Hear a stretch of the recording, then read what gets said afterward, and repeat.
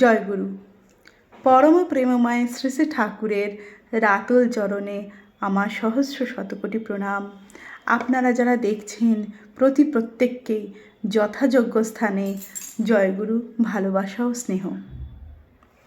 আজকে আমার ভিডিওর বিষয় হচ্ছে শ্রী শ্রী বড়মার পাঁচালী।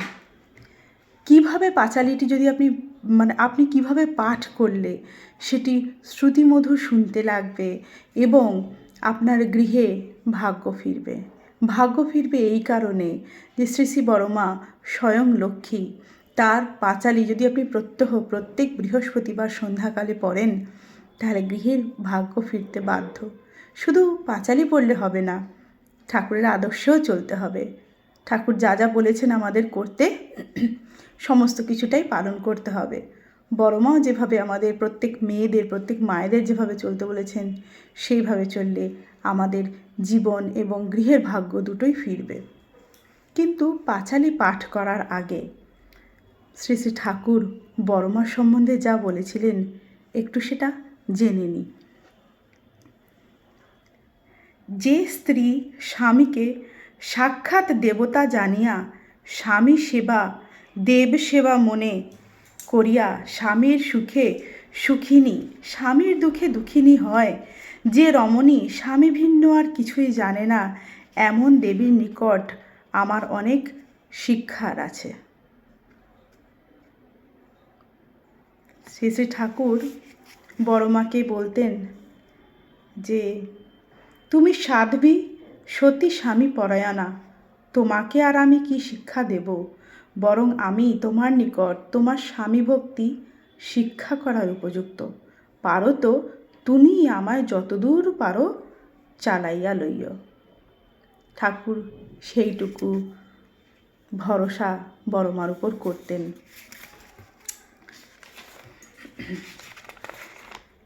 তা আসুন আমরা শুরু করি কিভাবে আপনি পাঁচালীটি পাঠ করলে শ্রুতিমধুর শুনতে লাগবে। আসলে দেখুন, পাঁচালী আমারও মুখস্থ, কিন্তু যেহেতু আমি ভিডিও করছি, যদি কোনো আমি ভুল করে ফেলি সেই কারণে বইটি নিয়ে বসা, মার্জনা করবেন।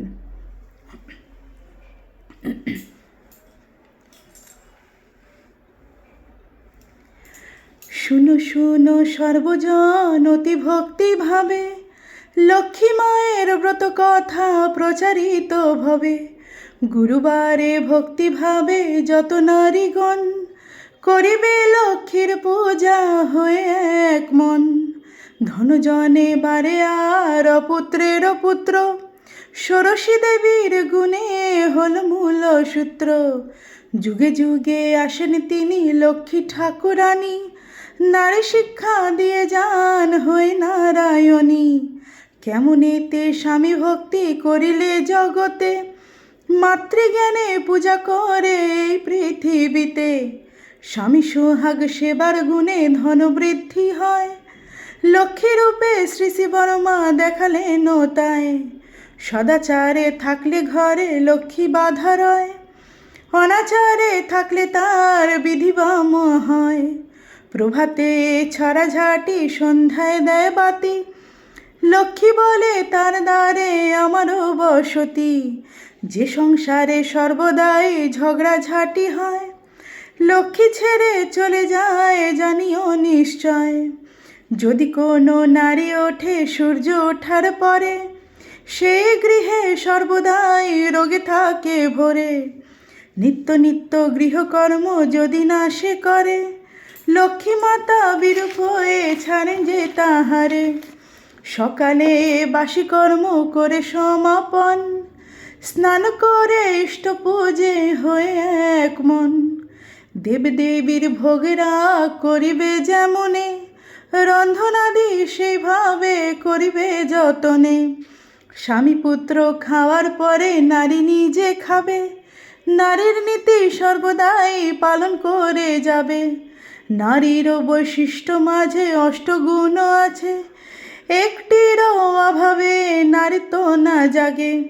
না নিজে রান্না করে যদি কোনো নারী, সদাচার বিনা রান্না জীবনেরও অরি। অদীক্ষিতের হাতের রান্না খাওয়া উচিত নয়, যাগযজ্ঞ পূজা অর্চনায় ফল নাহি হয়, পান ভোজন তার হাতের বিষবহনী রয়। রোগ শোক দারিদ্রেতে ধ্বংস হয়ে যায়, পাষাণ প্রতিমা পূজে যত নারীগণ। স্বামী পূজা বিনা ফল না হয় কখন, পতি বিনা সতী আর দুধ বিনা মাখন। পতিভক্তি বিনা ভক্তি দুষ্টেরও লক্ষণ, সংসারেতে স্বামী ধ্যান স্বামী কর সার। স্বামী বিনা ত্রিজগতে গতি নাহি আর, শ্বশুর শাশুড়ি দেবরে সেবা যত্ন করা। আদর্শ রমণীর গুণ জগতেরও সেরা, লক্ষ্মী মায়ের মাহাত্ম্য কথা শুনো ভক্তি ভাবে। দুঃখ হরণ বলে সবাই সুখ শান্তি পাবে। জয় গুরু।